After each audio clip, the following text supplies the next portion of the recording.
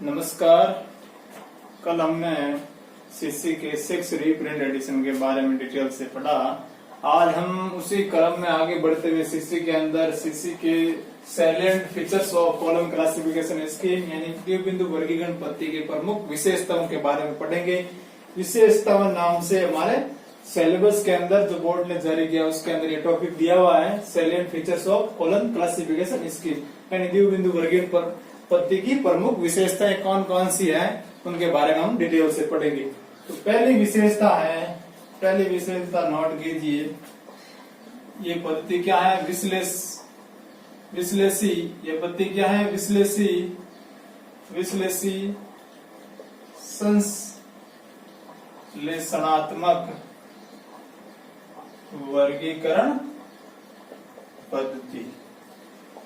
CC कैसी पद्धति है? विश्लेषी संश्लेषणात्मक वर्गीकरण स्कीम है, यानी एनालिटिका सिंथेटिक्स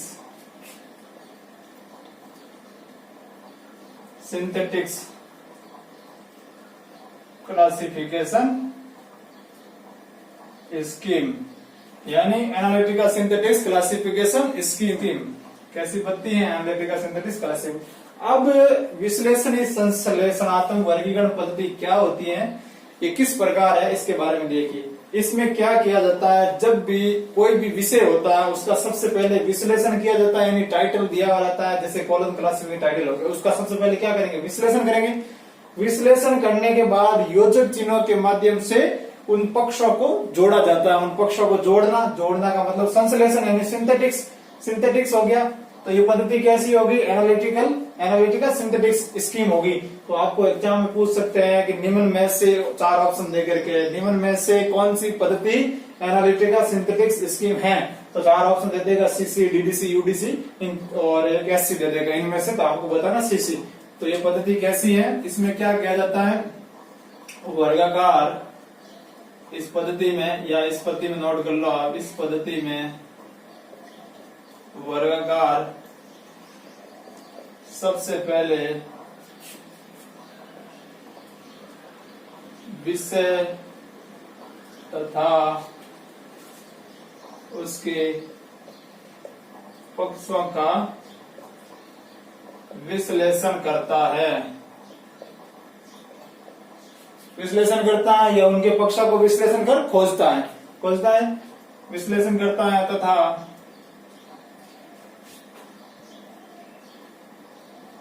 फिर उन पक्षों तथा विषयों को योजक चिन्ह की सहायता से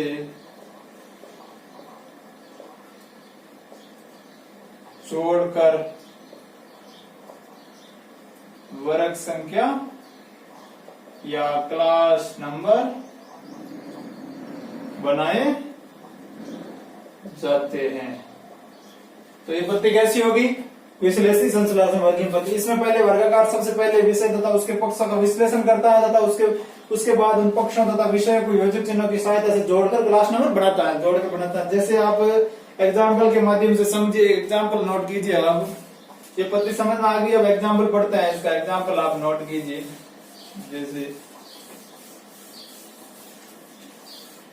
जैसे आप देखिए, एग्जाम्पल है सर्कुलेशन, या कोई टाइटल दिया हुआ आप of periodical, circulation of periodical in college libraries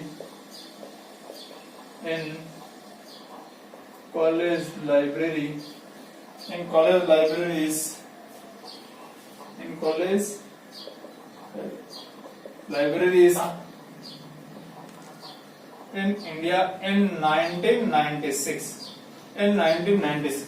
ये कोई एग्जाम्पल या टाइटल समझ सकते हैं आप। Circulation of periodical in college libraries in India in 1996। ये टाइटल दिया हुआ आपको, ये टाइटल दिया हुआ। अब इसमें अपन सबसे पहले इसका विश्लेषण करेंगे। सबसे पहले कोई भी टाइटल का दे रखा होता है, उसका सबसे पहले आपका काम होता है उसमें मेन क्लास को ढूंढना। तो इसमें मेन क्लास क्या होगी, लाइब्रेरी साइंस। मेन क्या होगी, मेन क्लास, ये लाइब्रेरी साइंस की बात कर रहा है, कॉलेज लाइब्रेरी की बात कर रहा है। मेन क्लास क्या होगी, मेन क्लास। आप एक नोट कर लेना कि मेन क्लास को बेसिक क्लास भी कहते हैं। कहीं कहीं इस तरह से बीसी लिखा जाए तो भी समझ लेना मेन क्लास ही है। तो मेन क्लास क्या होगी, लाइब्रेरी साइंस, लाइब्रेरी साइंस, ये मेन क्लास होगी लाइब्रेरी साइंस। अब आप देखिए, सबसे पहले मेन क्लास को ढूंढ दिया, उसके बाद इन पदों को क्या करेंगे, वापस जो यूजफुल पद है उनको जमाएंगे, बाकी अनयूजफुल पदों को छोड़ देंगे। जैसे सर्कुलेशन, जिनका अर्थ पता हमें, और छोड़ देंगे। उसी तरह पीरियोडिकल, इस टाइटल को पूरा वापस ऐसे कैसे लिखेंगे, कॉलेज, लाइब्रेरीज। ये मैं आपको प्रोसेस बता रहा हूं, पूरा प्रैक्टिकल प्रोसेस भी बता रहा हूं साथ में। इनको छोड़ देंगे, यानी जो अनयूजफुल पद है उनको छोड़ देंगे। तो इन इन इन इस तरह से पदों को, इन पदों को छोड़ देंगे। जो उपयुक्त शीर्षक में क्या स्पष्ट, अब इस शीर्षक से स्पष्ट हो गया, यानी हेडिंग से स्पष्ट हो गया हमारे पास मेन क्लास क्या, लाइब्रेरी साइंस। फिर इन पदों को छोड़ दिया, जो अनुपयुक्त पद है उनको छोड़ देंगे, अनावश्यक पदों को हटा दिया हमने, और ये टाइटल निकल के आया, सर्कुलेशन, पीरियोडिकल, कॉलेज, लाइब्रेरी, और ये इनको हटाना है, और इंडिया 96। अब सबसे पहले आप नोट कीजिए, इसके अंदर पीएमएसटी श्रेणियों के हिसाब से आप इन पक्षों में, अलग अलग पक्षों में बांटिए पीएमएसटी श्रेणियों के हिसाब से। अब इसमें देखिए, आप सबसे पहले ढूंढना किसको आसान होता है, टी श्रेणी को ढूंढना आसान होता है। तो टी श्रेणी में इसमें आप ऐसा कीजिए, इसको मैं ऊपर वाले को मिटा रहा हूं। आप अब देखिए, आप टी टाइम पक्ष हो गया, टाइम पक्ष कितना दिया है, 19 चिन्ह। फिर टाइम पक्ष के बाद पहचानना सबसे आसान होता है, रंगनाथन कहते थे स्पेस को, स्पेस क्या है, इंडिया। फिर स्पेस के बाद पहचानना सबसे आसान होता है एनर्जी को, सर्कुलेशन। एनर्जी होगी सर्कुलेशन, यानी एनर्जी के अंदर क्रिया प्रतिक्रिया वगैरह है, रिएक्शन वगैरह इस एनर्जी के अंदर आते हैं, क्रिया प्रतिक्रिया वगैरह। फिर टी हो गया, एस हो गया, ई हो गया, और फिर इसके अंदर देखिए एम, ई, एस और एम दे गया। फिर पहचानना है एनर्जी के बाद मैटर, मैटर को पहचानना आसान होता है। मैटर क्या हो गया, पीरियोडिकल, पीरियोडिकल हो गया मैटर, मैटर क्या हो गया, पीरियोडिकल। पहले तो मैंने इसका विश्लेषण किया, अब मैं इसको क्या कर रहा हूं, संश्लेषण कर रहा हूं। मैटर हो गया, फिर हो गया पर्सनालिटी, पर्सनालिटी क्या है, पर्सनालिटी है कॉलेज, लाइब्रेरी। रंगनाथन कहते थे सबसे इन पद्धतियों पीएमएसटी श्रेणियों में से सबसे मुश्किल काम होता है, पहचानना होता है, पर्सनालिटी को पहचानना मुश्किल काम होता है। सबसे मुश्किल काम किसको पहचानना होता है, पर्सनालिटी को। तो ये श्रेणियों में। अब देखिए, आप टाइम आइसोलेट चैप्टर में जाएंगे तो 1996 को क्या लिखते हैं, M96। फिर स्पेस आइसोलेट चैप्टर में जाएंगे, इंडिया को क्या लिखते हैं, 44। फिर आप लाइब्रेरी साइंस के अंदर जाएंगे, वह मेन क्लास में जाएंगे, जब एनर्जी को क्या लिखा हुआ है, यानी एनर्जी सर्कुलेशन को क्या लिखा हुआ है, 6। सर्कुलेशन को क्या लिखा हुआ है, 6। और इसी तरह आप फिर पीरियोडिकल के लिए आप एम मैटर में जाएंगे, जब मैटर लिखा हुआ है वहां पर जाएंगे, यानी सीसी की मेन क्लास, यानी लाइब्रेरी साइंस की मेन क्लास के अंदर जाएंगे, वहां एम मैटर वहां लिखा है सेम एज पोसी पी कोर जनरलिया क्लास। तो जनरलिया क्लास से पीरियोडिकल के लिए उठाएंगे, नंबर लिखा है 46 नंबर। इसी तरह फिर पर्सनालिटी के लिए कॉलेज लाइब्रेरी, कॉलेज लाइब्रेरी के लिए कितने नंबर लिखे हुए हैं हमारे पास, के लिए 33 नंबर लिखे हुए हैं पर्सनालिटी के। इसकी मेन क्लास क्या होगी, और साथ साथ में यहाँ मेन क्लास भी लिख लो, मेन क्लास लाइब्रेरी साइंस है इसकी, और इसके लिए कितने नंबर हो गए, 2। अब इनको मैं संश्लेषण करूंगा, इनको जोड़ूंगा, सबके लिए योजक चिन्हों की सहायता से जोड़ूंगा।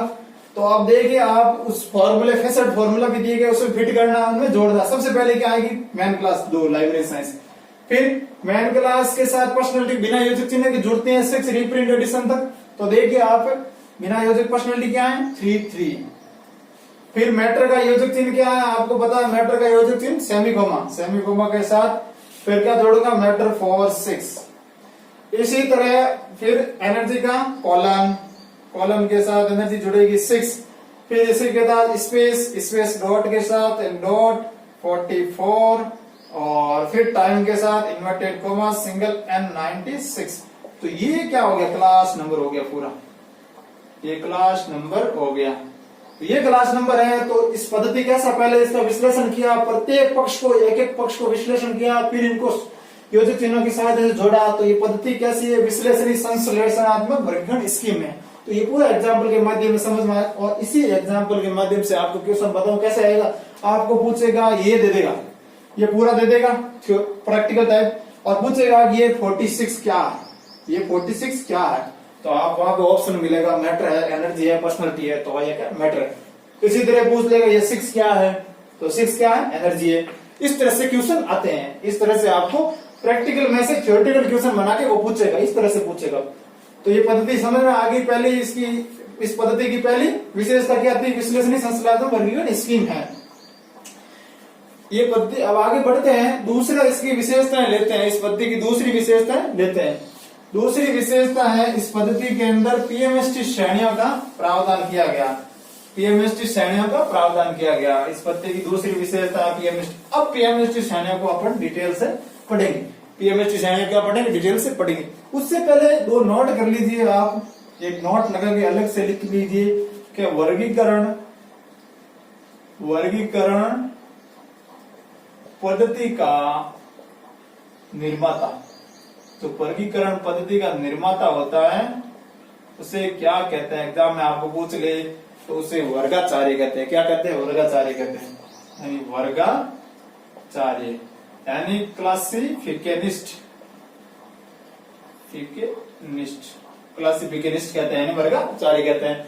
और इसी तरह आपको पूछ ले वर्गीकरण पद्धति का उपयोगकर्ता क्या कहलाता है, तो वो क्या कहलाता है, वो कहलाता है वर्गाकार कहलाता है, वर्गाकार कहलाता है, यानी क्लासिफायर कहलाता है। क्या कहलाता है, क्लासिफायर।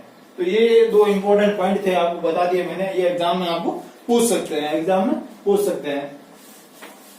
अब आप थोड़ा एक और पॉइंट नोट कर लीजिए, आपको वो भी बता देता हूँ। जैसे आप नोट कर लीजिए एलईडी क्या होता है, आपको पूछ ले एग्जाम में एलईडी क्या होता है, तो सीसी के अंदर एलईडी का मतलब क्या है। तो पहला तो इसकी फुल फॉर्म पूछेगा आपको एग्जाम के अंदर, एलईडी क्या होता है। तो एलईडी का मतलब होता है लेटेस्ट इफेक्टिव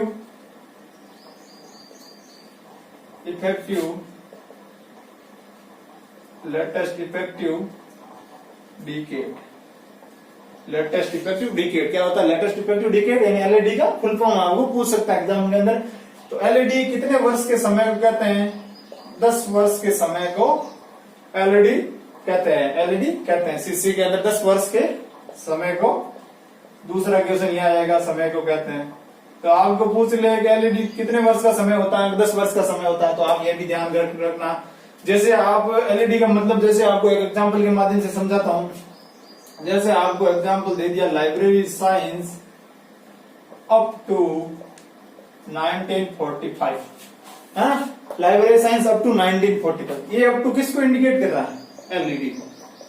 यहाँ एलईडी का यूज करना है, यहाँ एलईडी का यूज करना है। जैसे अब एलईडी का यूज कैसे करोगे, इसकी क्लास नंबर बढ़ाते हैं। तो जैसे लाइब्रेरी साइंस की मेन क्लास क्या होगी, 2, और एलईडी का यूज करना, एलईडी का मतलब 10 वर्ष का समय। जैसे 10 वर्ष का समय मतलब 1945 से लेकर 1955 के समय को यूज करना। तो एलईडी के अंदर ये 2 अंक उठाएंगे, 10 वर्ष के समय का अंक उठाएंगे। इसका एंड विद अंक किससे हो रहा है, ये भी 4 से हो रहा है, 4 से, ये 5 से हो रहा है, तो भी क्या आएगा, 5 ही आएगा। तब आपको एलईडी का यूज करना है। तो 1945 से लेकर 1999 तक यूज करते हैं अपन, अंक यूज करते हैं। 1900 से लेकर 1999 तक एन का यूज करते हैं। तो एन क्या आ जाएगा, N5। तो इनको जोड़ेंगे अब, तो इसका क्लास नंबर क्या हो जाएगा, 2 single inverted comma capital N और 5। बस ये एलईडी का यूज है। तो आपको एग्जाम में कैसे क्वेश्चन पूछेगा, N5 क्या है, टाइम आइसोलेट, इस तरह से क्वेश्चन पूछेगा। 2 क्या है, लाइब्रेरी साइंस का नंबर, मेन क्लास, इस तरह से आपको क्वेश्चन पूछ सकता है। जैसे आप एलईडी के लिए और समझ लीजिए, जैसे 2000 से लेकर 2009 तक का समय क्या, 10 वर्ष का समय हो गया। यानी आप यहाँ पे नोट कर लीजिए कि व्हेन, आप यहाँ पे नोट कर लीजिए when natural decade and with, किसके साथ एंड हो रहा है, when the natural decade with and with, natural decade and with 0 और 1 तो भी 1 आएगा। When natural decade and with 2/3 तो भी 3 आएगा। 4 और 5 तो भी 5 आएगा। 6 और 7 तो भी 7 आएगा। 8 और 9 तो भी 9 आएगा। इसलिए आपको ऑड नंबर यूज करने सबके। जैसे कैसे यूज करने हैं, when the natural decade and with Ranganathan कहते थे ये दिया हुआ शिष्य के अंदर आपको इस तरह से यूज करना है, ये रूल्स है। तो आपको कैसे यूज करना, जैसे आपके पास आ गया 2000 से लेकर 2009 तक का समय, 10 वर्ष का समय हो गया, तो इसको एंड विथ किससे हो रहा, 0 से, तो भी आपके लिए इसके लिए क्या यूज करना है, 1 यूज करना है। जैसे हो गया 2010 से लेकर 2019 तक का समय, एंड विथ 1 तो भी क्या यूज करना, 1 यूज करना। या फिर समय हो गया 2021 या 2020 से 2019 तक का, 29 तक का समय है, 29 तक का, 2 एंड विथ 2 तो भी 3 का यूज करना। इस तरह से आपको यूज करना। ये एलईडी का फंडा था पूरा, मैंने समझा दिया आपको एलईडी के बारे में। एग्जाम में पूछे तो आप बता देना 10 वर्ष के समय को एलईडी कहते हैं, और यहाँ पे मैंने एग्जाम्पल के माध्यम से समझा दिया। और इधर when the natural decade and with 0/1 2/3 4 या 5 6 या तो भी 1 2 1 3 5 यानी ऑड नंबर ही आएंगे पीछे, ऑड नंबर का ही यूज करना। तो ये एलईडी का फंडा था। तो अब आप देखिए, अब हम पढ़ते हैं श्रेणियों के बारे में। पीएमएसटी श्रेणियां हैं, यानी ये फंडामेंटल कैटेगरीज पर, बेस्ड ऑन फंडामेंटल कैटेगरीज। ये किस पर आधारित है, 5 मूलभूत श्रेणियों पर आधारित। ये पद्धति किस पर आधारित है, 5 मूलभूत श्रेणियों पर, यानी based on 5 fundamental categories. 5 fundamental categories यानी कैटेगरीज, 5 फंडामेंटल कैटेगरीज पर आधारित, बेस्ड ऑन 5 फंडामेंटल कैटेगरीज। तो देखिए 5 मूलभूत श्रेणियां कौन सी है, पीएमईएसटी के बारे में अपन डिटेल से पढ़ते हैं। जैसे आप एक तरफ तो लगा दीजिए श्रेणियां,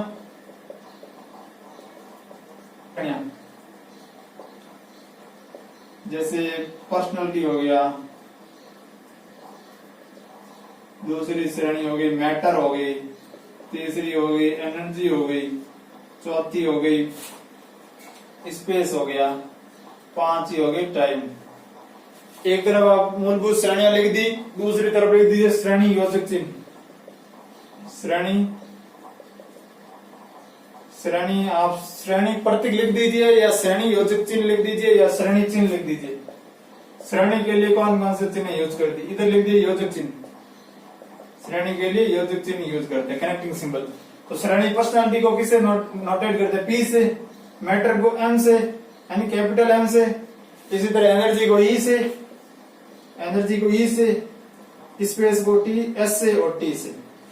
तो ये पीएमएसटी श्रेणी होगी। इसके लिए कोमा का यूज करते हैं, मैटर के लिए यूज करते हैं सेमी कोमा का यूज, एनर्जी के लिए यूज करते हैं कोलन का, और स्पेस के लिए यूज करते हैं डॉट का, और टाइम के लिए यूज करते हैं सिंगल इन्वर्टेड कोमा का। कब से यूज करने लगे ये single inverted comma, 6 reprint edition के बाद। मैं आपको कई बार बता चुका हूं, यानी सिंगल इन्वर्टेड कोमा का यूज करते हैं।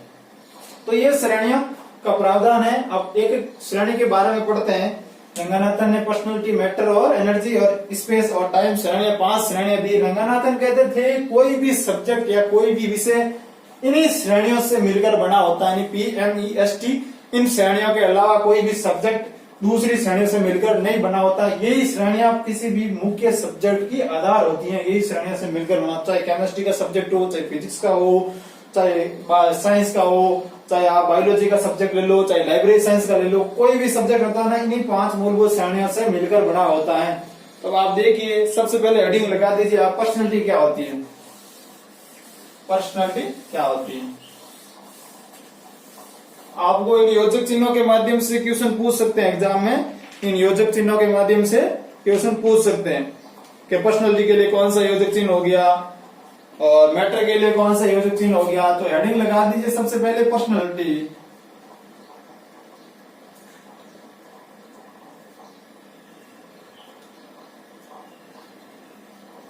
यानी व्यक्तित्व।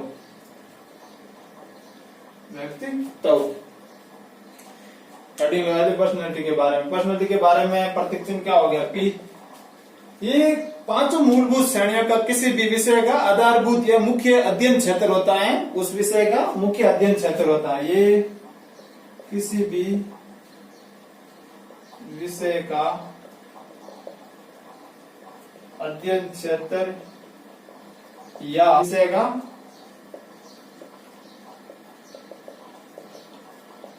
आधारभूत होता है। यानी इन पांचों श्रेणियों में से ये किसी विषय का अध्ययन क्षेत्र होता है, आधारभूत क्षेत्र या मेन क्षेत्र यही होता है पर्सनैलिटी वाला, यानी व्यक्तित्व वाला मेन, ये आगे लीड करता है, वो सब्जेक्ट का लीड करता है आगे। तो ये पर्सनैलिटी सब्जेक्ट को लीड करती है। यानी इसको प्राप्त करने के लिए अब रंगनाथन कहते थे पर्सनैलिटी को कैसे ढूंढोगी, सबसे मुश्किल पीएमएसटी श्रेणियों में से ढूंढना सबसे मुश्किल काम था पर्सनैलिटी को ढूंढना। पर्सनैलिटी को सबसे आसान काम था ढूंढना, टाइम को ढूंढना। यानी पांचों श्रेणियों में सबसे आसान था पर टाइम को। तो पर्सनैलिटी को इसको प्राप्त करने के लिए यानी पीएमएसटी श्रेणी में से इसको प्राप्त करने के लिए, टाइटल में से प्राप्त करने के लिए रंगनाथन ने अवशेष विधि का उपयोग किया, या आप इसको कह सकते रेसिड्यू मेथड का यूज किया है, या आपको इसको रेसिड्यू मेथड का यूज करके इसको प्राप्त करना होता है। पर्सनैलिटी को रेसिड्यू मेथड से आपको एग्जाम पूछ सकते हैं, इंपॉर्टेंट है कि पर्सनैलिटी को प्राप्त किया जाता है रेसिड्यू मेथड से या अवशेष विधि से प्राप्त किया जाता है। पर्सनैलिटी क्या होती है, सबसे अधिक मूर्त होती है। मूर्त का मतलब होता है जिसका आकार प्रकार निश्चित होता है। तो पर्सनैलिटी क्या आकार प्रकार निश्चित होता है, तो पर्सनैलिटी क्या होती है, सबसे अधिक मूर्त होती है। या आप कह सकते हैं पर्सनैलिटी सबसे कम अमूर्त होती है, यही कह सकते हैं, या सबसे कम अमूर्त होती है, सबसे कम अमूर्त होती है। तो ये पर्सनैलिटी के बारे में था। तो पर्सनैलिटी कैसे प्राप्त करेंगे, रेसिड्यू मेथड से प्राप्त करेंगे, या किसी विषय का अध्ययन क्षेत्र या मुख्य क्षेत्र होता है जो व्यक्तिगत पक्ष या कहलाता है, या पर्सनैलिटी कहलाती है। तो ये पर्सनैलिटी के बारे में हो गया। अब देखिए अपन आगे देखते हैं मैटर के बारे में। किसके बारे में, मैटर के बारे में आगे पढ़ते हैं। मैटर क्या होता है, मैटर के अंदर जितनी सारी समस्त वस्तुओं को रखा गया, रंगनाथन ने समस्त वस्तुओं को मैटर के अंदर रखा गया। यानी दूसरी श्रेणी है मैटर यानी पदार्थ। पदार्थ के अंदर क्या किया गया है, समस्त वस्तुओं को इस श्रेणी में रखा गया है। समस्त वस्तुओं को इस श्रेणी में रखा गया है। समस्त वस्तुओं जितनी भी पृथ्वी में सारी वस्तुएं मौजूद है तो इस श्रेणी में, जैसे लोहा हो गया, जैसे लकड़ी हो गई, धातु हो गई, कागज की वस्तु होगी, जैसे आप देख लो, लोहा, लकड़ी, कागज की वस्तु है, धातु, इन सब को क्या, आदि को क्या रखा गया, जितने भी मैटर यानी पदार्थ आएगा ना, जितने भी पृथ्वी में मौजूद है पदार्थ को इस श्रेणी के अंदर रखा गया है। तो आपको पदार्थ को कैसे पहचानना है, वस्तुओं को देखकर पहचानना के पदार्थ के अंदर आती है। अब तीसरी कैटेगरी है, और रंगनाथन ने हिस्ट्री के अंदर सबसे कम यूज इसी को क्या, पदार्थ का यूज सबसे कम किया है। यानी इसका प्रयोग कुछ ही गिने चुने मुख्य वर्ग या मैन क्लास में किया गया, गिने चुने मैन क्लास में इसका प्रयोग किया गया। तो इसका प्रयोग कुछ ही मैन क्लास में किया गया। आप सीसी की बुक उठा के देख लेना, प्रैक्टिकल वाली कॉलम क्लासिफिकेशन की, उसमें देखना आपको मैटर बहुत कम जगह पे मिलेगा, यानी मैटर का प्रयोग बहुत कम जगह पे हुआ है। तो अब आप देखिए मैटर के बाद हेडिंग लगा दीजिए एनर्जी के बारे में। मैटर आपको समझ में आ गया होगा। मैटर के अंदर जो कैटेगरी आती है, जितनी भी समस्त वस्तुएं होती हैं वो मैटर के अंदर मैटर की कैटेगरी में रखी गई हैं। अब आप हेडिंग लगा दीजिए एनर्जी। एनर्जी यानी ऊर्जा पक्ष। ऊर्जा पक्ष के अंदर रंगनाथन ने इस श्रेणी में समस्त, इस श्रेणी के अंदर समस्याओं को रखा गया, यानी जितनी भी समस्याएं होती है ना, वो उनके समस्त समस्याओं को, समस्त समस्याओं को इस पक्ष में रखा गया है, इस पक्ष में रखा गया। जैसे आप देख लीजिए, क्रिया, कोई प्रतिक्रिया हो रही है ऊर्जा के द्वारा, क्रिया प्रतिक्रिया यानी एक्शन, एवरी यानी अपोजिट रिएक्शन, वापस एक्शन, अपोजिट रिएक्शन, क्रिया प्रतिक्रिया, समस्या समाधान, समस्या यानी समाधान, इस तरह से इनके अंदर रखा गया है, यानी क्रिया प्रतिक्रिया समस्या समाधान को इस ऊर्जा पक्ष के अंदर रखा गया है। अब है तीसरा हो गया एनर्जी। एनर्जी के बाद है स्पेस, एनर्जी के बाद है स्पेस।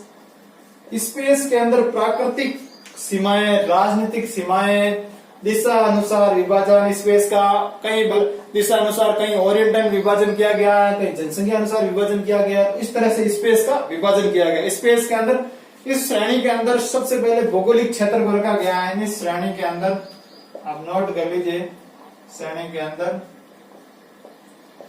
भौगोलिक क्षेत्र यानी ज्योग्राफिकल एरिया को रखा गया है। श्रेणी के अंदर भौगोलिक क्षेत्र जैसे महाद्वीप, देश, गांव, शहर आदि इसके अंदर रखा गया है। भौगोलिक क्षेत्रों को इसके अंदर रखा गया है। जैसे आप प्राकृतिक विभाजन में नदी घाटी भी देख सकते हैं, पर्वत को भी रखा गया है। इस तरह से जितने भी स्पेस से रिलेटेड है ना, स्थान विशेष से रिलेटेड, वो इनको स्पेस के अंदर रखा गया है। फिर लास्ट है हमारा, लास्ट श्रेणी है, लास्ट है टाइम। और टाइम को पहचानना सबसे अधिक आसान काम होता है। टाइम को पहचानना सबसे अधिक आसान काम होता है। लास्ट है, पांचवी श्रेणी है टाइम यानी समय। जितनी भी श्रेणियां है ना, उन श्रेणियों में सबसे अधिक पहचानने वाला यानी सबसे पहचानने के लिए सबसे सरल है टाइम। टाइम आप किसी भी टाइटल में देकर टाइम बता सकते हो कि इसका समय क्या है। तो समय को पहचानना सबसे मुश्किल काम नहीं है, सबसे आसान। तो आप नोट कीजिए, मूलभूत श्रेणियों में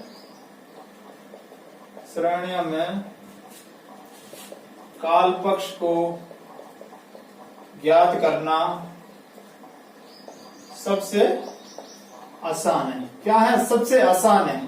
मूलभूत श्रेणियों में टाइम को ज्ञात करना सबसे आसान काम होता है।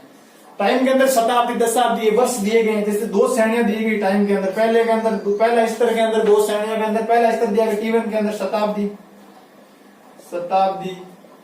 दशाब्दी, वर्ष इत्यादि टाइम दिया गया।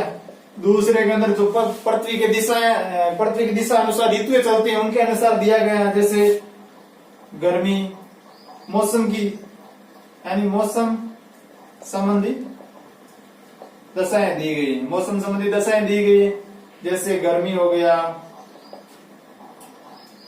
और वर्षा आदि टाइम दिए गए हैं। गर्मी, सर्दी, वर्षा आदि टाइम दिए गए हैं। इस तरह से T2 स्तर के अंदर दिए गए हैं। और ये सबसे एक पॉइंट यहां पे नोट कर लेना, टाइम पक्ष सबसे अधिक अमूर्त है। प्रश्न क्या था? सबसे अधिक मूर्त चीज थी, सबसे अधिक मूर्त चीज थी। ये क्या? टाइम पक्ष सबसे अधिक अमूर्त है।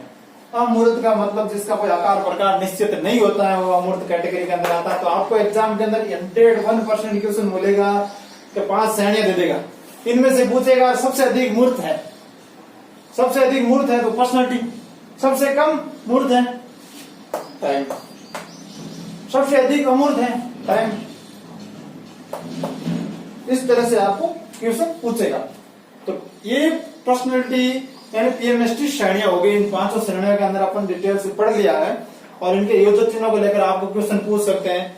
अब इन्हीं श्रेणियों के आधार पर रंगनाथन ने अब क्या हुआ, दिक्कत हुई, आगे इन श्रेणियों के अलावा और भी सब्जेक्ट का डिवीजन होने लगा।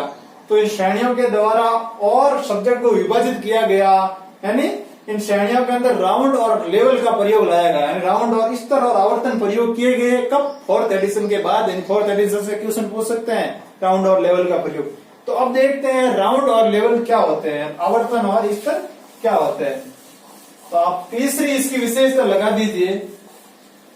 तीसरी विशेषता है राउंड एंड लेवल, यानी राउंड एंड लेवल, आवर्तन व स्तर। आवर्तन का मतलब क्या? जिसकी बार बार पुनरावृत्ति हो, जिस पक्ष की बार बार क्या हो रही? पुनरावृत्ति हो रही। इसी पुनरावृत्ति को देखते हुए रंगानाथन ने ही पक्षों की पुनरावृत्ति हो रही, जैसे P1 पक्ष की पुनरावृत्ति हो रही थी, M की हो रही थी, E की हो रही थी, S की, T की, तो सबकी पुनरावृत्ति बार बार हो रही थी। तो उसके लिए रंगानाथन ने राउंड और लेवल का यूज किया, राउंड और लेवल का यूज किया, इन दोनों का यूज किया। तो आप देखिए P, ये श्रेणियां होती हैं, पांचों श्रेणियां P, M, E, S, T, ये 5 श्रेणियां मैंने अब बताई। तो इनके लिए P, M, E श्रेणी के लिए क्या होता है? प्रावधान किया गया उनके लिए। तो प्रावधान किया गया किसका? पहला देखिए आवर्तन। एक तरफ मैं आवर्तन लिखता हूं और दूसरी तरफ मैं स्तर लिखता हूं, यानी लेवल लिखता हूं। एक तरफ मैंने राउंड लिखा, दूसरी तरफ मैंने लेवल लिखा। तो PME यानी इन 3 श्रेणियों का तो क्या होता है? राउंड होता है। और PST श्रेणी का क्या होता है? स्तर होता है। तो आपको यहां से इंपॉर्टेंट इक्वेशन होता है। पहला इक्वेशन बनेगा आपको, पहला इक्वेशन क्या बनेगा? पहला इक्वेशन ये बनेगा कि निम्न में से आवर्तन किसके होते हैं, स्तर किसके होते हैं। तो P, इसमें ध्यान करना, देखो P स्तर में भी है, राउंड में भी है। और M और E के दोनों के क्या होते हैं?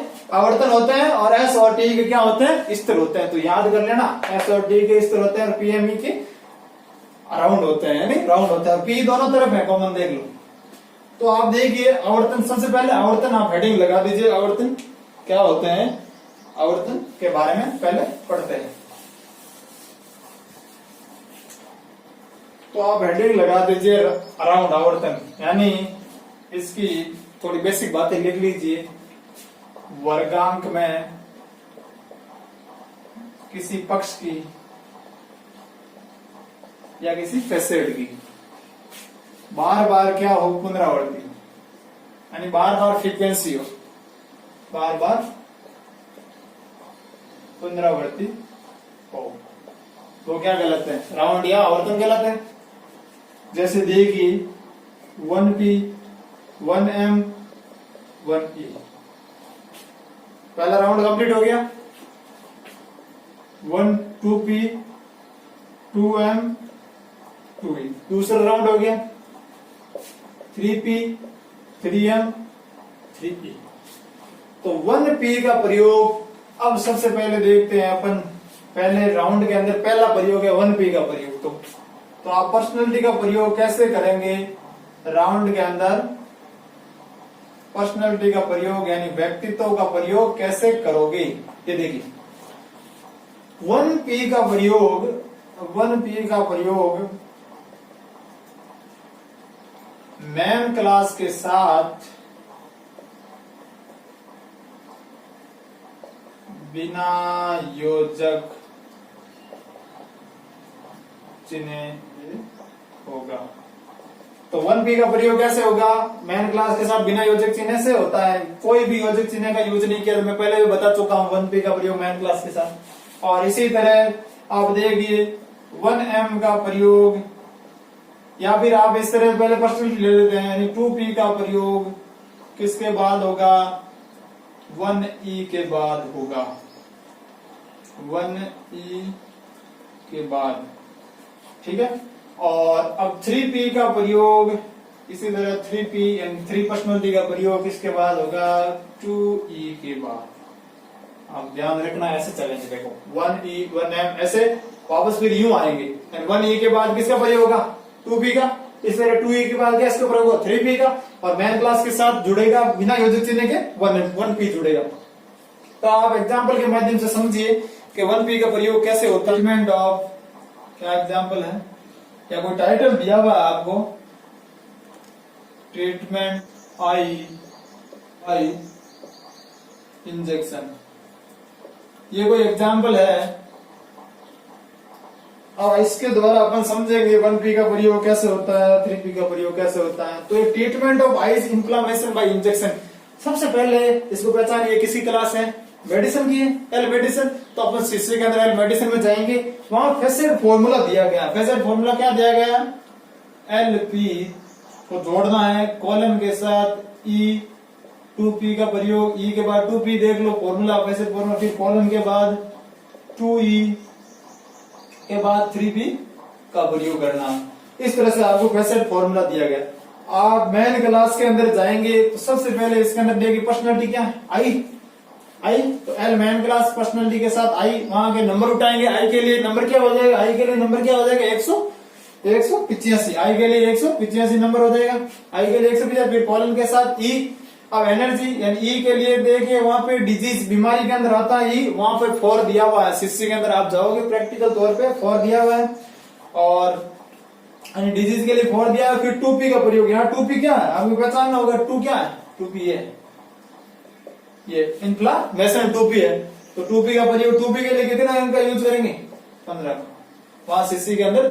फिर देखिए 2E 3P के लिए 2E यानी इंजेक्शन, यानी इंजेक्शन के लिए क्या यूज किया? 616। तो ये क्या हो गया? मेन क्लास होगी, यानी मेन क्लास के साथ जोड़ दिया मैंने, पूरे क्लास नंबर हो गए।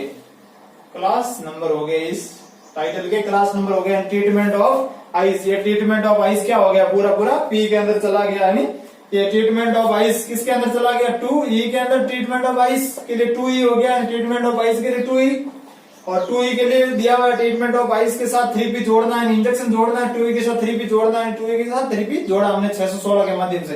ये प्रैक्टिकल चीजें हैं, मैंने आपको इतना ही, आपको तो एग्जाम पे ध्यान रखना कि 2P के बाद प्रयोग होगा 1E के बाद, और 3P का प्रयोग होगा 1-2E के बाद। ये मैंने आपको समझाने के लिए बताए हैं, बाकी आपके काम की ये चीज है। आपको ये प्रैक्टिकल चीजें हैं, आपको समझने में थोड़ी कठिनाई हो रही है तो आप प्रैक्टिकल बुक साथ में लेकर बैठिए, फिर आपको ये समझ में आ जाएगा।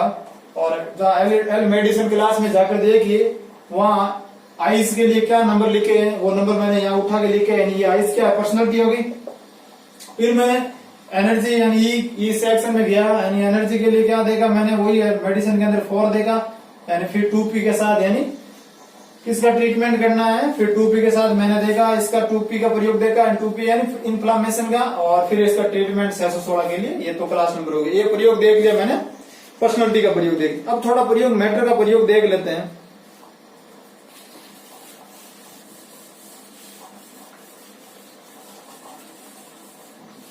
मैटर का प्रयोग, जैसे मैटर का प्रयोग 1M का प्रयोग 1P के बाद में होगा कि नहीं होगा? अभी मैंने बताया था, श्रेणियों के अंदर बताया था 1P, ये 1M, फिर 1E। फिर इसी तरह मैंने बताया था 2P, 2M, 2E, 3P, 3M, 3। अभी बताया था मैंने। इस तरह से राउंड के अंदर अपन को चलना है, इस तरह से राउंड के अंदर चलना है। 1M के बाद प्रयोग होगा किसका? 1P का प्रयोग होगा। इसी तरह 2M के बाद किसका प्रयोग होगा? 2M का प्रयोग कब होगा?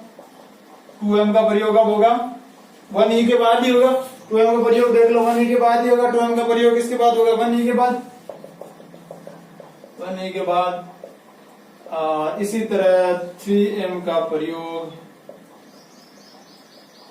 2E के बाद होगा, 2E के बाद होगा। तो ये आपको बताना। इसका एक एग्जांपल आप नोट कीजिए। Academical library of book. अब आपको ये मेन क्लास कैसी है? लाइब्रेरी साइंस की एकेडमिक लाइब्रेरी।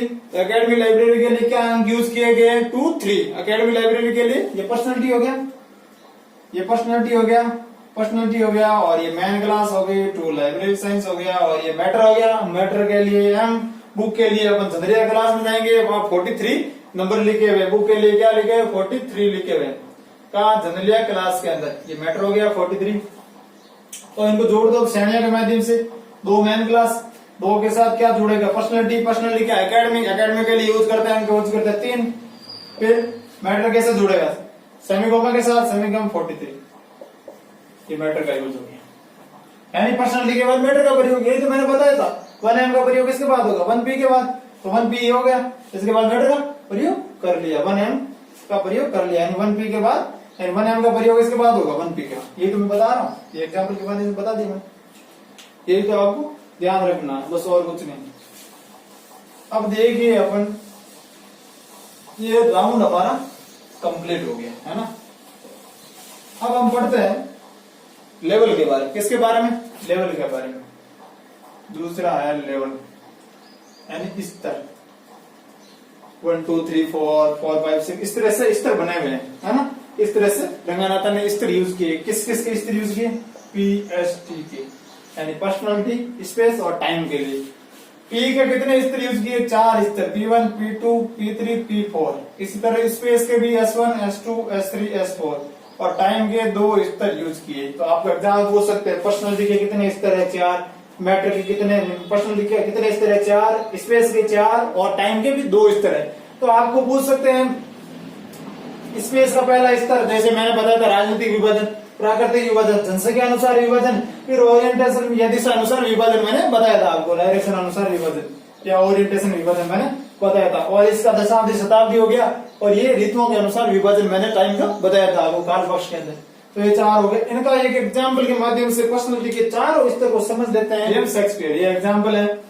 तो ये विलियम शेक्सपियर का किंग लियर एक ड्रामा है। क्या है, एक ड्रामा है। इस तरह से अपन को टाइटल मिला है, कोई बुक मिली है, King Lear by William Shakespeare. अपन के पास ये बुक आई है लाइब्रेरी के अंदर, तो इसका क्लास नंबर बढ़ाना है तो आप कैसे बनाइए। तो ये ड्रामा है, तो साहित्य के अंदर जाएंगे, लिटरेचर ओ मैन क्लास के अंदर सबसे पहले जाएंगे, तो वहां पे फॉर्मूला दिया हुआ है, ओ लिटरेचर मैन क्लास के अंदर ओ P1 कोमा P2 का प्रयोग, फिर P3 का प्रयोग और कोमा P4 का प्रयोग। तो P1 क्या है, उस लिटरेचर की भाषा या लैंग्वेज से संबंधित है। P1 के संबंधित लैंग्वेज से। P2 किससे संबंधित है, P2 रूप या वर्क से संबंधित है। उसका कौन सा रूप है, उस साहित्य का, लिटरेचर का, एक ड्रामा है, पोइट्री है या कोई दूसरा पार्ट है। और P3 संबंधित है जन्म वर्ष, यानी लेखक के जन्म वर्ष से संबंधित हो गया। और P4 संबंधित है कृति संख्या, यानी वो कौन सा ड्रामा निकला है, चौथा निकला, पांचवा निकला, छठा निकला, इस तरह से ड्रामा से। मान लेते हैं विलियम शेक्सपियर का चौथा ड्रामा था, यानी कृति संख्या क्या हो गया, फोर्थ। लिटरेचर वो लिटरेचर जाएंगे तो इसकी लैंग्वेज दी हुई है, मान लो इंग्लिश का, ये ड्रामा इंग्लिश का ड्रामा। तो ये इसके, अब मैं इसके क्लास नंबर बना के बताता हूँ। वो मैन क्लास होगी। अब पर्सनालिटी को कैसे जोड़ेंगे, P1 को, P1 हो गया लैंग्वेज, वहां पे लिखा हुआ है क्या, P को कैसे जोड़ना है, एज ए लैंग्वेज चैप्टर में से जाकर उठाना है। वहां फर्स्ट P को जोड़ना है, लैंग्वेज चैप्टर में जाकर उठाना है। वहां लैंग्वेज आइसोलेट चैप्टर में गया, वहां से मैं इंग्लिश के अंदर ये ड्रामा, तो इंग्लिश के लिए 111 नंबर हो गए। इसी तरह फिर कॉमा के साथ मैं यूज करूंगा रूप, यानी इसका रूप क्या हो गया, ड्रामा। ड्रामा के लिए यूज करते 2 अंक यूज करते, ड्रामा के लिए 2 अंक का मैंने यूज कर लिया। फिर मान लेते हैं इसका लेखक का जन्म वर्ष कब हुआ था, विलियम शेक्सपियर का दिया हुआ है 1564 के अंदर, 1564 इसका जन्म वर्ष दिया हुआ। तो मैं 1564 के लिए 1500 से लेकर 1599 तक को J से लिखते हैं। टाइम आइसोलेट चैप्टर में जाऊंगा और वहां से J64 हो जाएगा। फिर कोमा के साथ मैं जोड़ दूंगा। कोमा के साथ करती कौन सी है इसकी, मान लेते हैं 5वीं करती या 4थी करती आपको दी हुई 4थी में। तो ये इसका क्लास नंबर हो गया। तो इंपॉर्टेंट है, आप याद रखना। इसमें से 101% आपको एग्जाम में एक क्वेश्चन मिलेगा। देखिए आपको सबसे पहले पूछेगा, ये एग्जाम्पल दे देगा, वो पूछेगा कि वो 1 क्या है, 111 क्या है। तो ये क्या है, P1 यानी लैंग्वेज हो गया। ये क्या है, यानी ये रूप हो गया, ड्रामा का रूप हो गया, 2 नंबर ड्रामा हो गया। फिर ये लेखक का जन्म वर्ष हो गया, फिर कॉमा के साथ जोड़ा है मैंने, सीधा कृति संख्या जोड़ा। तो आपको इस तरह से भी पूछ सकता है, ये दे देगा एग्जाम में क्वेश्चन, और इनका पूछ लेगा, P1 P2 दे देगा, और P3 P4 क्या है, इसका अर्थ पूछ लेगा एग्जाम। इसी तरह वो लिटरेचर क्लास है। तो ये मैंने लेवल का आपको प्रयोग और स्तर का प्रयोग मैं पीछे आपको बता चुका हूँ। स्तर का प्रयोग कैसे करना है वो मैं आपको पीछे भी बता चुका हूँ, और एक बार मैं और बता देता हूँ S1 S2 का प्रयोग कैसे आपको किस तरह से करना है। तो ये P1 का आपको फंडा समझ में आ गया, P1 का।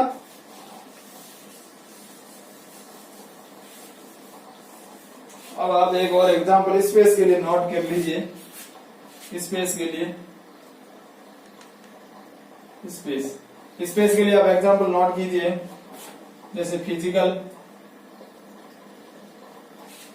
ज्योग्राफी,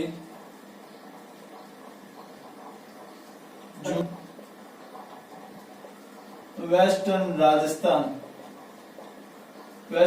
राजस्थान ये एग्जाम्पल है। तो आप इसमें देखिए, सबसे पहले S1 स्तर को ढूंढिए, S1 स्तर ढूंढिए, S1 ये हो गया यानी राजस्थान, S1 स्तर हो गया। स्पेस के अंदर S1 स्तर राजस्थान के लिए क्या नंबर यूज करते हैं? 4437। मैं पीछे बता चुका हूँ, एग्जाम में आपको पूछ सकते हैं राजस्थान के स्पेस के लिए नंबर। तो बस S1 हो गया। फिर आपको S2 स्तर ढूंढना है, S2 स्तर ढूंढिए, माउंटेन यानी प्राकृतिक विभाजन, S2 हो गया। फिर आपको S3 स्तर ढूंढना है, S3 स्तर क्या हो गया? वेस्टर्न राजस्थान के अंदर ये वेस्टर्न दिशा हो गया, दिशा अनुसार विभाजन, मैंने दिशा अनुसार विभाजन बताया था, तो ये S3 स्तर हो गया। वहां से मैंने जाकर देखा S3 के लिए नंबर यूज किए, दिशा के लिए 9M, स्पेस आइसोलेट चैप्टर में गया और 9M यूज किए हुए, और माउंटेन S2 स्तर के लिए यूज किए गए G7। क्या यूज किए गए? G7। स्पेस स्तर में G7 यूज किए गए। और फिजिकल ज्योग्राफी के लिए क्या यूज किया गया है?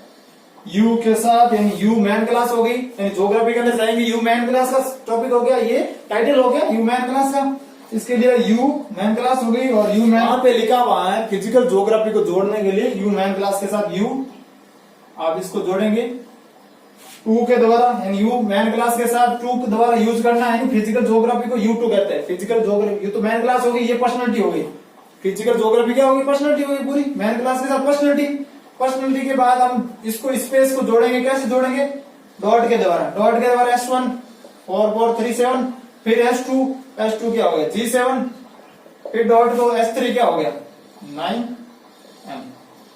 इस तरह से यूज करना है आपको। ये दो तो पर्सनैलिटी के अंदर है, इस पूरे को फिजिकल ज्योग्राफी को U तो ज्योग्राफी के लिए मैन क्लास हो गया, फिर ज्योग्राफी के लिए मैन क्लास के साथ पर्सनैलिटी, फिजिकल ज्योग्राफी को जोड़ने के लिए 2 मैंने यूज किए, वहां से नंबर उठाए मैंने ज्योग्राफी मैन क्लास सब्जेक्ट।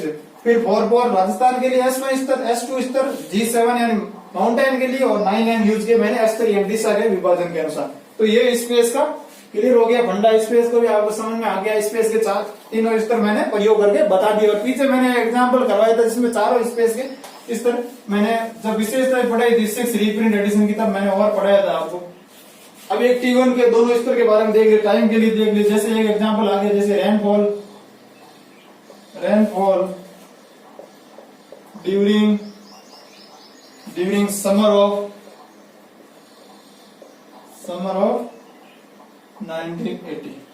1980। तो आप अब ये रेनफॉल के लिए अब ये क्या हो गया? T1 स्तर कौन सा हो गया इसमें? देखिए आप T1 स्तर आपको ढूंढ ले, T1 को ढूंढना आसान होता है। T1 स्तर के लिए टाइम 1900 के लिए क्या लिखते हैं? T1 स्तर, T1 के लिए कैसे लिखते हैं? N से लिखते हैं, N18। अब आप देखिए किसका सब्जेक्ट हो गया? मैन क्लास किसकी होगी? आप ज्योग्राफी की। ज्योग्राफी के लिए रेनफॉल के अंदर जाएंगे आप, ज्योग्राफी के अंदर मैन क्लास। रेनफॉल के लिए क्या यूज करते हैं? रेनफॉल के लिए यूज करते हैं U222855। क्या यूज करते हैं? 2855। और समर के लिए आपको पता ही है, टाइम आइसोलेट चैप्टर में जाता है, N3 से यूज करते हैं, इनको जोड़ दीजिए। मैन क्लास क्या होगी? U, फिर इसके लिए पर्सनैलिटी के लिए 2855, यानी रेनफॉल के लिए पूरा 2855। फिर इसको सिंगल इन्वर्टेड कोमा T1 जोड़ना है 80, पर सिंगल इन्वर्टेड कोमा के साथ T2 जोड़ना है N3। तो ये प्रयोग हो गया टाइम पास का प्रयोग। ये टाइम पास का प्रयोग करने में बता दिया। ये किसकी क्लास होगी? मैन क्लास ज्योग्राफी की। Rainfall during the summer of 1980। तो इसके लिए आप U20855 single inverted coma N18 और सिंगल इन्वर्टेड कोमा N3 के माध्यम से जोड़ दिया। तो ये राउंड और लेवल का स्तर का प्रयोग हमने पढ़ लिया। अब आगे चौथी विशेषता और देखते हैं इसके बारे में। चौथी विशेषता है, इसके अंदर निमोनिक्स अंक का यूज किया, स्मृति सहायक अंकन का यूज किया। इसके अंदर निमोनिक्स अंक का यूज किया गया है। चौथी विशेषता होगी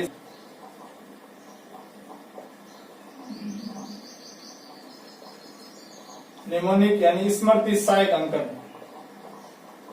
स्मृति सहायक अंकन का प्रयोग किया गया। इस पद्धति के अंदर क्या किया गया? स्मृति सहायक अंकन का प्रयोग किया गया।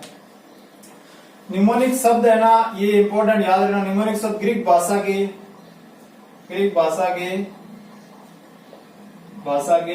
निमोनिकोस से बना है। किससे बना? निकोस से बना है। किससे बना है? निकोस से बना है।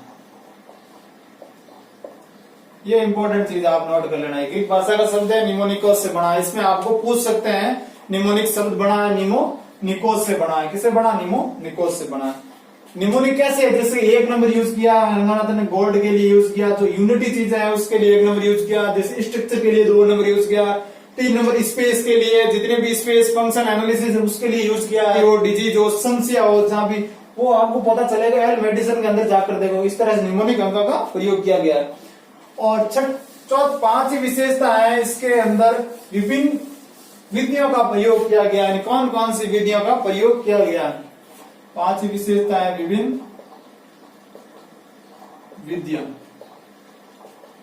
यानी डिफरेंट मेथड यूज किए गए हैं। डिफरेंट मेथड कौन कौन से हैं? पहला यूज की गई है सब्जेक्ट डिवाइस। सब्जेक्ट डिवाइस विधि यूज की गई है। दूसरी विधि यूज की गई है ऑर्नोलॉजिकल डिवाइसेस। ये हैं ज्योग्राफिकल डिवाइसेस, ज्योग्राफिकल डिवाइसेस। और चौथी विधि यूज की गई इसके अंदर अल्फाबेटिकल डिवाइसेस।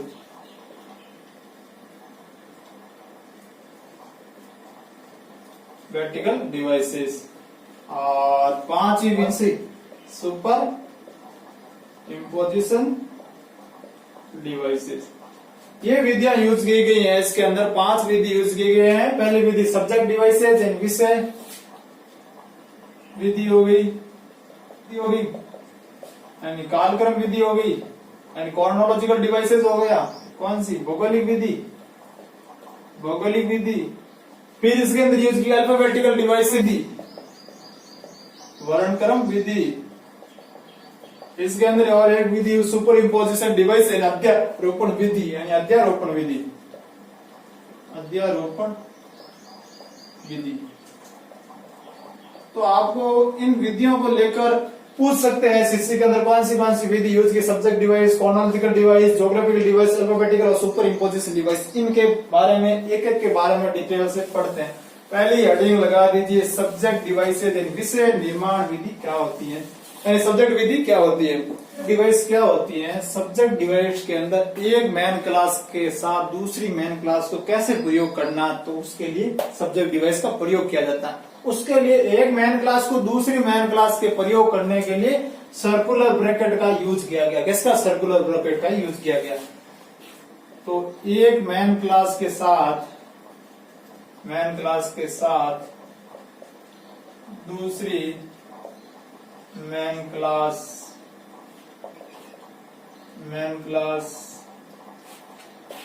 को जोड़ने का प्रावधान किया गया। किसके द्वारा?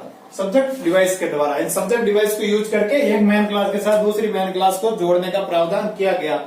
और जिस मेन क्लास को दूसरी मेन क्लास को पहली मेन क्लास के साथ जोड़ते हैं उसके लिए यूज करते हैं सर्कुलर ब्रैकेट, यानी सर्कुलर ब्रैकेट का यूज करते हैं। सर्कुलर ब्रैकेट का यूज करते हैं। पहली मेन क्लास को दूसरी मेन क्लास के साथ जोड़ने के लिए सर्कुलर ब्रैकेट का यूज करते हैं, यानी लघु कोष्ठक का प्रयोग करते हैं। वो कैसे करते हैं अभी देखेंगे अपने एग्जाम्पल के माध्यम से। तो इसके कारण सब्जेक्ट डिवाइसेस विधि यूज कर ली रंगनाथन। इसके कारण चयन और एरे के अंदर असीम ग्राह्यता उत्पन्न हो गई, यानी अंकों को बिना अस्त व्यस्त किए किसी भी सब्जेक्ट को अंक प्रदान किए जाने लगे। इस विधि से ये फायदा हो गया। इस विधि से यूज करने से पंक्ति और श्रृंखला के अंदर अपार संभावनाएं, असीम ग्राह्यता प्राप्त होगी। बहुत सारी ग्राह्यता यानी हॉस्पिटलिटी का प्रावधान हो गया बहुत ज्यादा।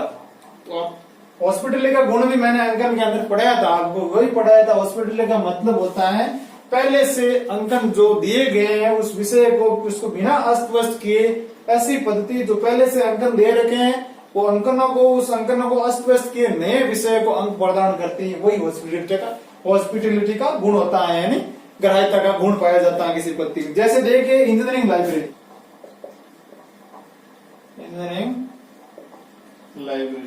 अब देखिए इसमें लाइब्रेरी साइंस मेन सब्जेक्ट भी है और इंजीनियरिंग लाइब्रेरी भी है। तो इंजीनियरिंग लाइब्रेरी को लिखते हैं डी मेन क्लास से और लाइब्रेरी को लिखते हैं 2 मेन क्लास से।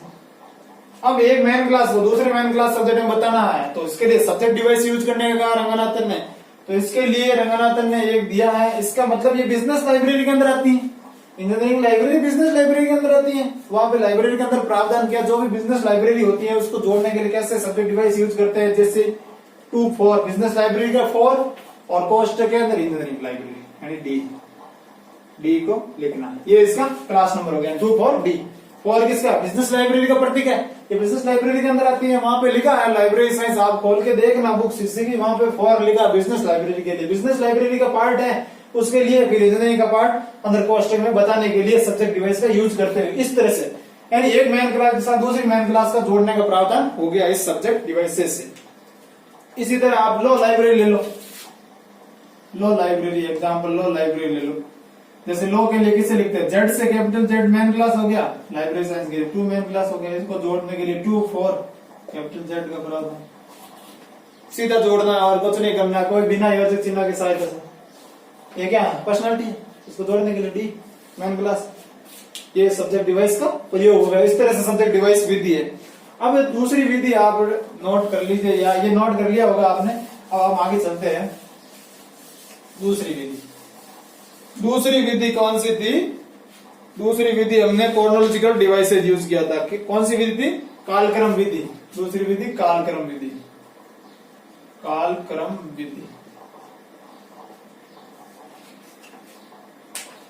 कालक्रम का तो मतलब समय पक्ष से संबंधित हो गया, यानी सीधा टाइम पक्ष हो गया। यानी जहां भी कालक्रम विधि को यूज करना वहां लिखा है to be got by CD. CD का मतलब समझ लेना क्रोनोलॉजिकल डिवाइस का यूज करना, या फिर लिख दिया एसडी का मतलब सब्जेक्ट डिवाइस का यूज।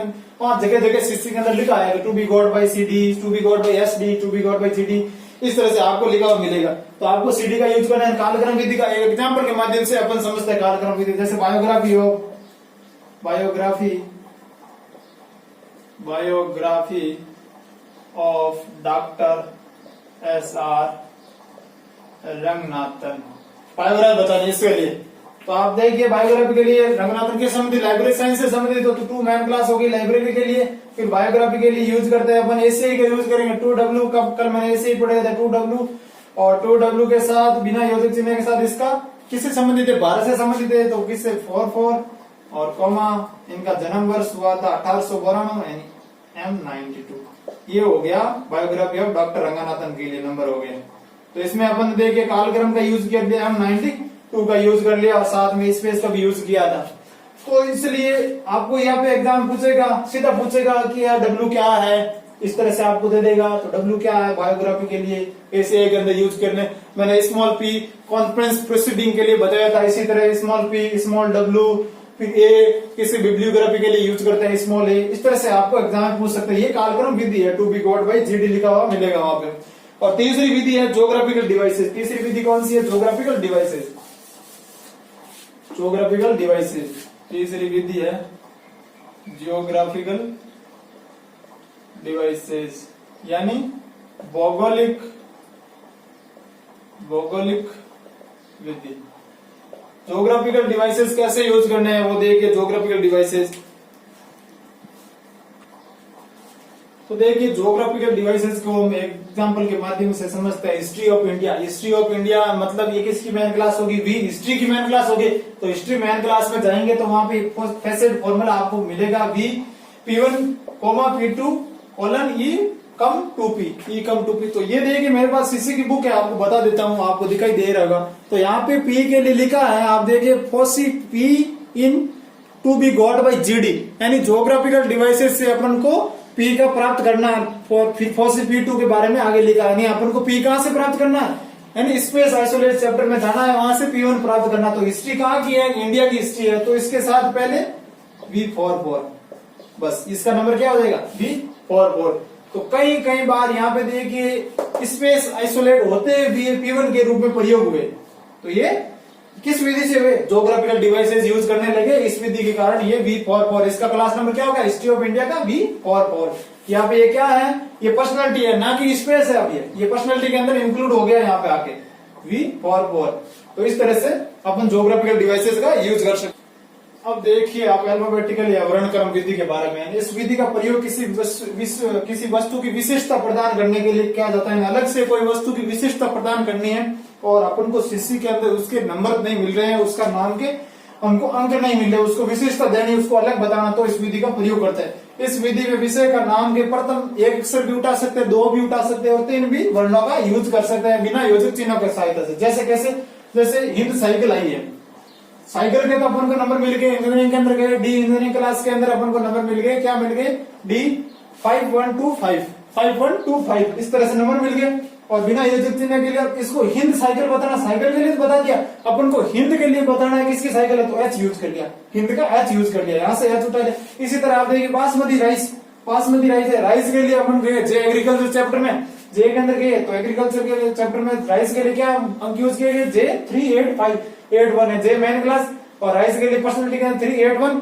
फिर इसके लिए भी अपने बासमती चावल के लिए यूज कर लिया गया, बताने के लिए कि बासमती चावल है।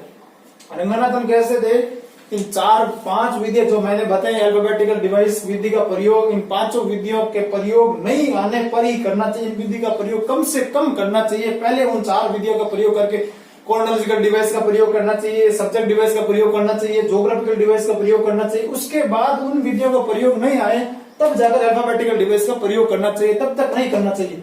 जैसे एक आगे हीरो साइकिल एग्जाम्पल है, हीरो साइकिल, तो साइकिल के लिए वही D5125 और फिर हीरो के लिए मैंने क्या उठा दिया, अभी हिंद और हीरो में कंफ्यूजन हो रहा था तो मैंने HE लगा दिया, हीरो के लिए HE लगा दिया। तो इस तरह से अपन अल्फाबेटिकल डिवाइस का यूज करते हैं। लास्ट विधि है हमारी सुपर इम्पोजिशन डिवाइसेस, उसका यूज करके देखते हैं। सुपर इम्पोजिशन डिवाइसेस क्या है, सुपर इम्पोजिशन डिवाइसेस यानी अध्यारोपण विधि, सुपर इम्पोजिशन डिवाइसेस।